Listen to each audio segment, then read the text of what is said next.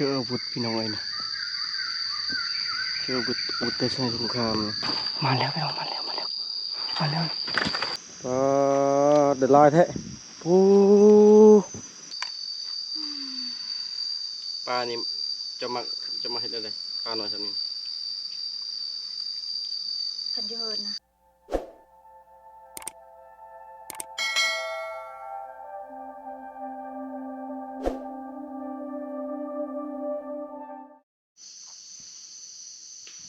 สบายดีพี่น้อง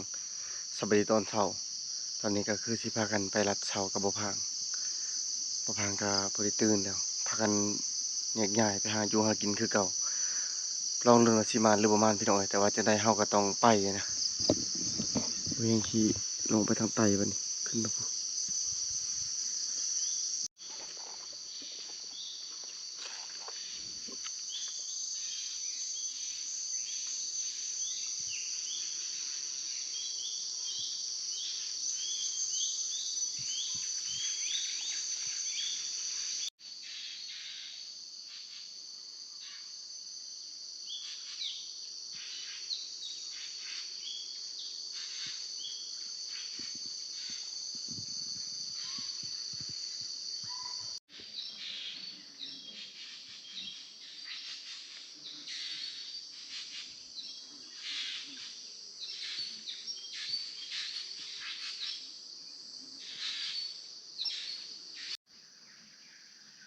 ขี่เห็นนะใช่ไหมเมื่อเช้านี่ลูก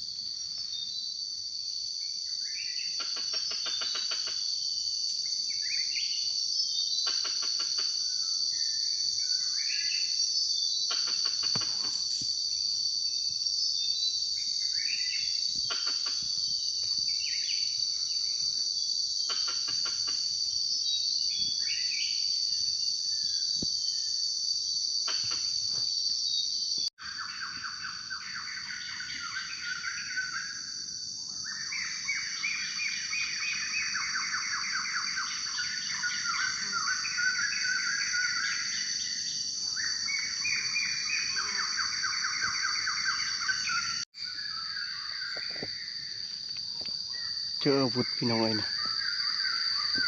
เจออาวุธแต่ใช้สงคราม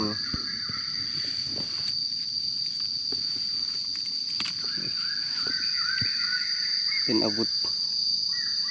ที่ใช้ในสมัยสงครามพอดีเลยเอางามันไปมัดตอนอันนาพี่น้องหูบอมแมงอันนี้นะก็จะเอิ้นแมงยังไม่ใช่เลยมันคือแมงแคงนะเห็นเลย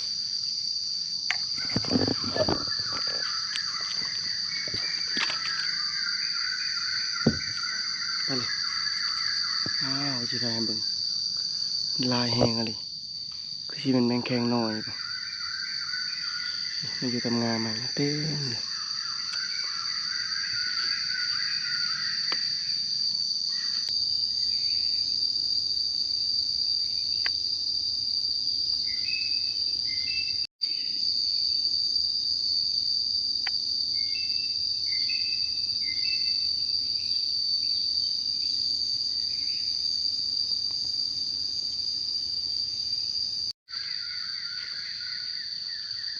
ตามเบิ่งมันสิเป็นแมงแคงนะเขาเอิ้น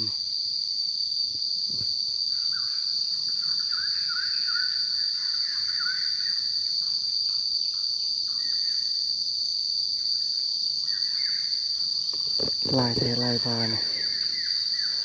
อยากจับกับพอดีจับยากนะมันบริยูนำกันแต่ว่ามีทุกลำเลยมีทุกต้นเลยตามไม้บง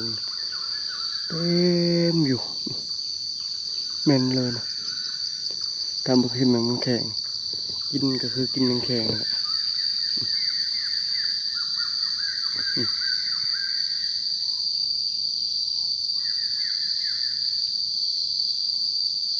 จังหัวกัน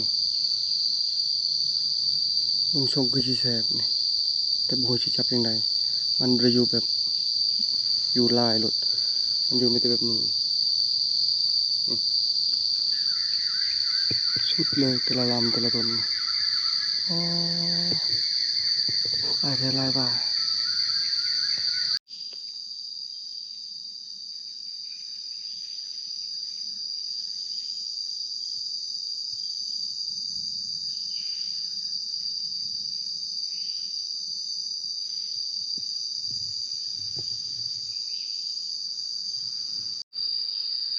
ยิงแล้วฮักก็ได้ยิงมัดแรกเลยมึงนี่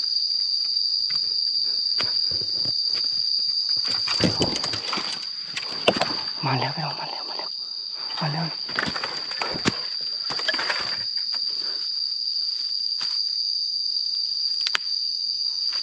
โอ้ยใหญ่อยู่แต่ตัวแรกเลยพี่น้องมาแล้วได้แล้วตัวแรกนี่มันทักกะลีว่าสิบมานแล้วโอเคอยู่ช่วงนี้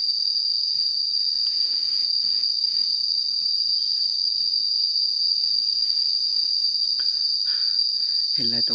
ฮักก็ได้ยิงตัวเดียวนี่มื้อนี้พอลายโตอยู่พี่น้อง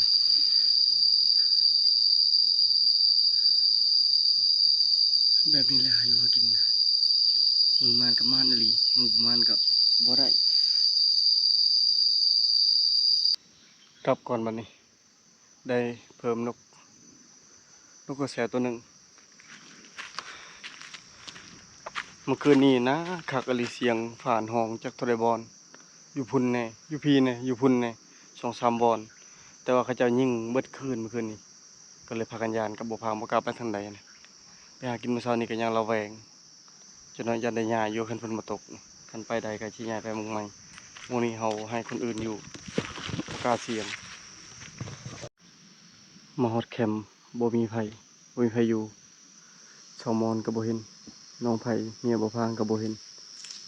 บ่พามาฮอดเลยตอนนี้ก็หอกนกเฮาก็น้องไผกับชาวมอนปิ้งไว้สุกเลยนก1 2 3 4 5นก5ตัวแล้วก็หอก2ตัวส่วนแม่นอาหารเมื่อคืนนี้ก็ยังอยู่ตอนนี้2คนบ่ฮู้ว่าไปลงไปยามมองหรือลงไปอาบน้ำฝนสิตกพี่น้องมืดแต่เช้าเลยนี่ยังบ่เห็นตะเวนเลยลมก็แห้ง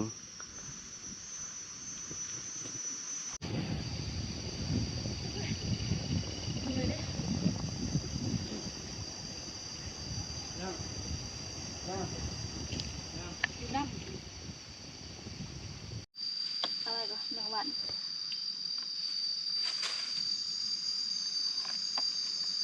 ชาวมอนเอาไว้ใช้ตรงยาง คือจะแสบลี ได้แต่อาหารเช้าอาหารเที่ยงหากินประมาณก็พอได้กินอาหารเก่าแบบนี้แหละหากินนะบางคนก็ว่าเอ้าคือเอาหลายแท้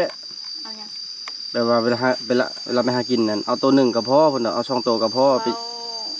บางเทื่อผัดบ่ได้เลยดิฉันเนาะ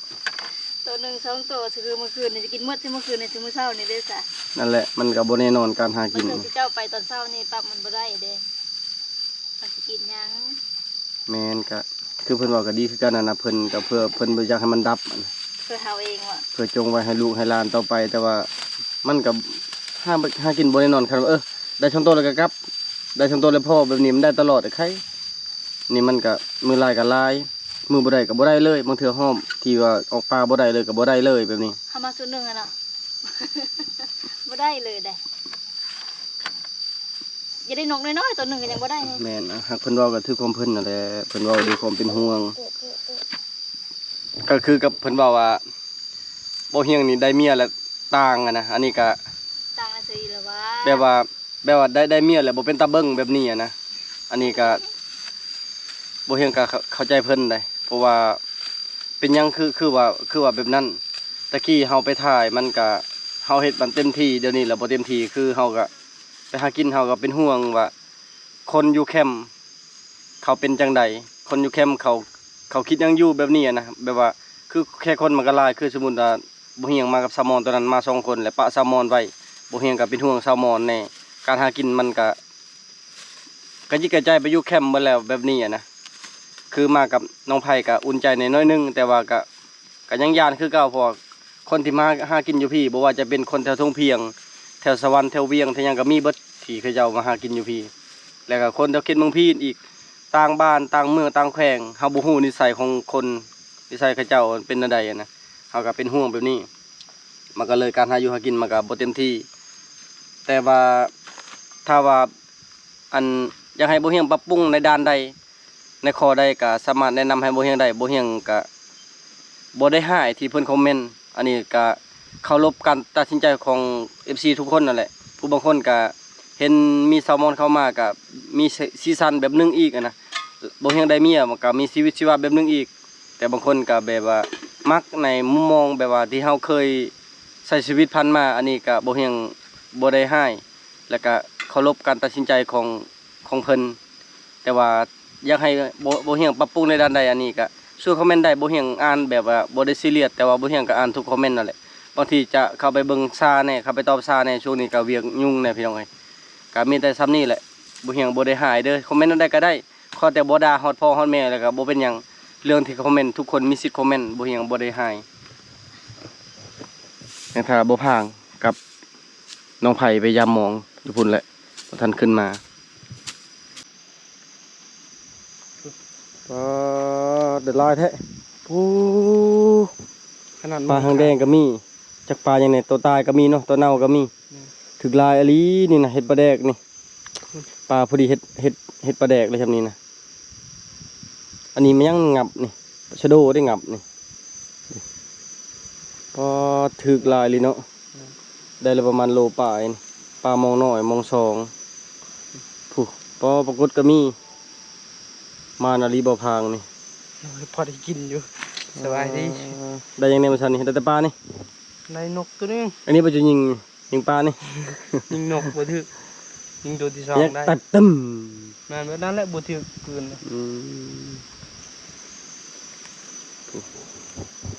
โอ้ลายเลยปิดปากก่อ ลูกก่อน บอชินั่งเบิ่งบนเมียนอนบนเมียนั่งกับตัดให้ตอนใหม่ๆเป็นนี่แหละ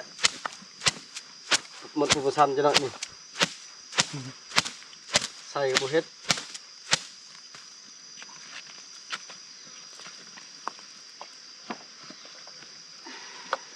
ไปตอบถึกนี่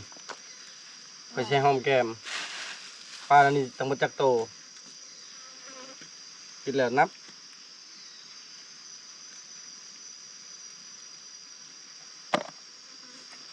อันนี้มีเยอะคนจี้เนาะกระบัดนี่ แล้วเธอก็มองตัวนี้บ่พาเอาไปตอนนั้นกัน แม่นมองมาน มองมานมา ไปเฮือนกับมาน บ่มานานนี่กลางวันจะบ่นอน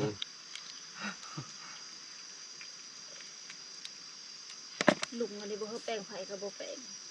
บ่แล้ว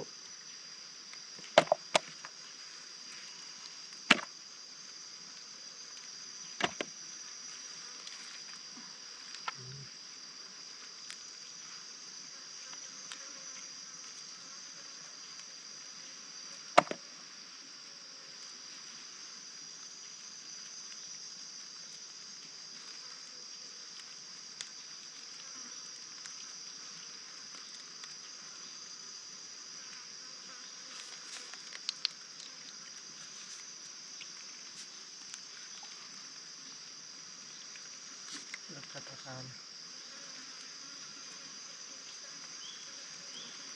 เตะตัวละ ตัวที่ ชอบไว้มือเธอดีตามเลย ฟองจัง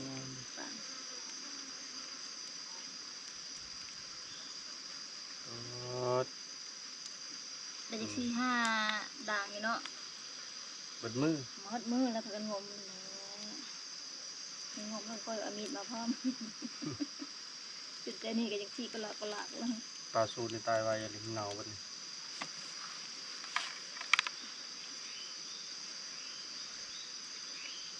มันรถปีนเนาะคนที่สามหัวจุพูตุโพดอยู่ถึงกระเทือเว้น ให้งอไฟช็อตเลย บะคนนะบ่เอาเลยกะ ช็อตจะบ่ตายปีนเสาไฟมาแยดนั่นมึงบ่ลังยัดแยด ก็ไม่มาอยู่แม่อีค่ะ ไม่ก็ไปปีมันเลยเบี้ย อย่ารบแค่เมียนค่ะ จะพวกไม่ยัดแยด อ้างกันยุบเลยประมาณแบบเดินม่วงกับประมาณ เป็นที่รถกายแต่เธอเขาเลยเป็นแต่ย่านเขาหอยแต่โห ฉันกินไปทำพวกเด้อบรึอยู่ตัวแม่เลยที่ค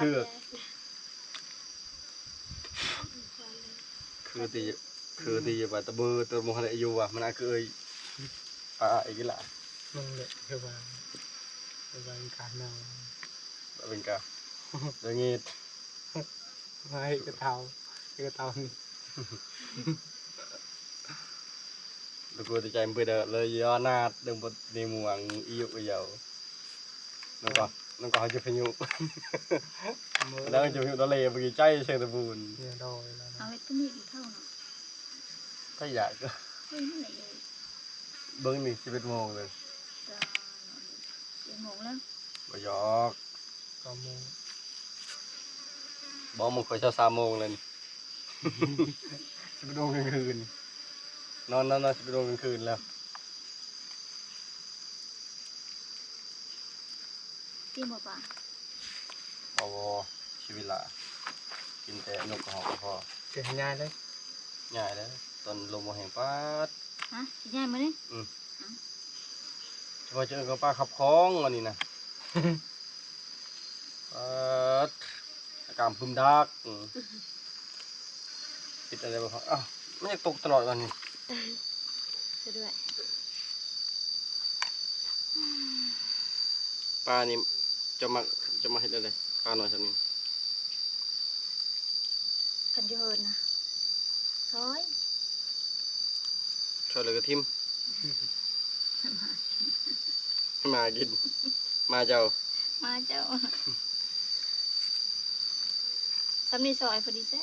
มามอนคันได้มาเขาชื่อใส่ซื้อมอนมามอนก็มาเจ้านี่ บักดำบักแดงลืมไปแล้วป่ะเนี่ยมา เขาว่าแม่ตายแล้ว บ่เขาเคยเห็นค่อยไปเพิ่งมาถึงนี้ บ่แม่นมาเจ้ามาตี จะหูพวกคนไปอบรมสวรรค์10 มื้อมากับใครโชว์วิดีโอคอลว่ากับมาเต็ม ตายเว้าบ่คือ เอาน้องเคยว่าบ่กินข้าวบ่ติงเลย ยาแล้วคันมาพอได้เป็นไข่นี่โทรหาเราเด้อ บ่ว่ามาพอได้เป็นไข่โทรหาเราบัดนี้ แท้เด้ บ่ได้ปลอมบ่ แท้ช่วงนั้นติดค่อยได้อยู่เตะกับค่อยบ่ได้ค่อยไปอบรมมาบ่ไปกับค่อยเลยไปนำเต้ตลอดเลย บ่ว่านอนนำมา บ่แต่เขาก็ติดนะกับเขาเพื่อเล่นเขาก็ติดผู้นั้น เจ้าบ่เลี้ยง ค่อยแล้วเล่น เอาไปเจ้าเลี้ยงก็ไปนำเต้ มันก็ค่อยมาพี่ตลอดเขาก็ไปนำเจ้า อย่างนั้น อันนั้นมื้อสมมุติว่ามื้อนี้ได้เงินแล้วเนาะมื้ออื่นแหละอบรมแหละประมาณมื้อนี้แหละได้แล้วมื้ออื่นน่ะยังอยู่สินะแล้วไปซื้อเครื่องแล้วผู้คนไปซื้อเครื่องให้ลูกโพแล้ว ปลดเรียบร้อยแล้วนี่เกือบเต็ม3ประมาณ2 โลพุ่นน่ะกินข้าวก่อนจึงครัว เอาไปอยู่ลงพุ่น บ่อันนี้แช่แดดไว้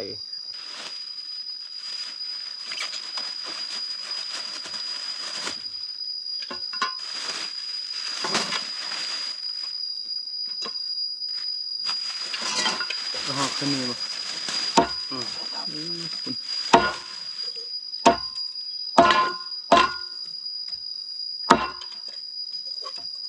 กินไม่เคยมั้ยกินนี่เลยบ่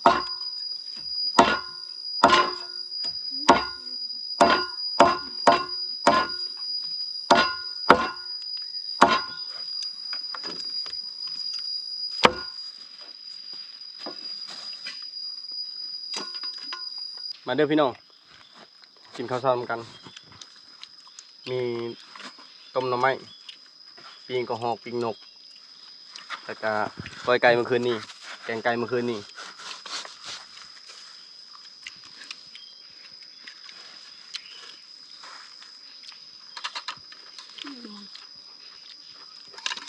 โอ้โหเดียว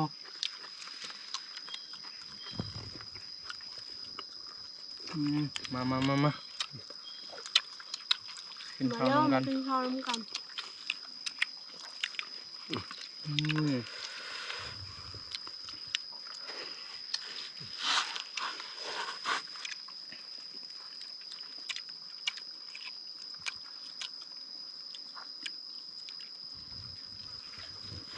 อยากเข้าแต่ละคนเนาะบ่ปากบ่ติง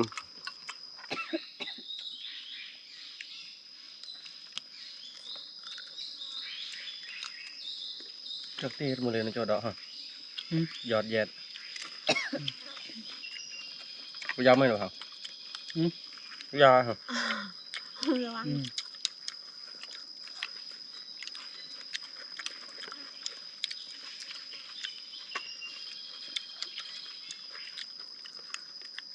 วินมันเติมปัวเบื่อ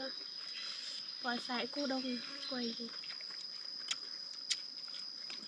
anh tạo phá tầm bờ bầy sẽ đòi nhà bên đòi nhà ông hơn một bào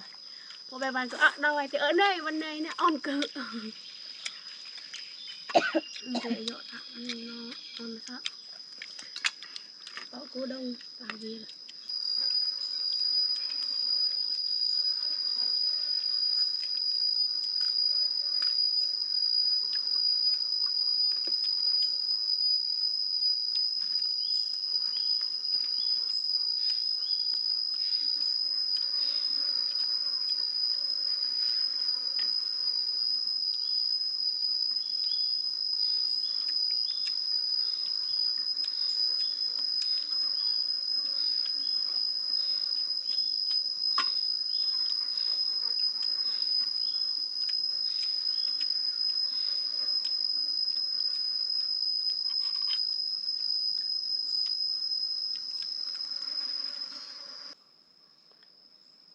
ตอนนี้ก็คือ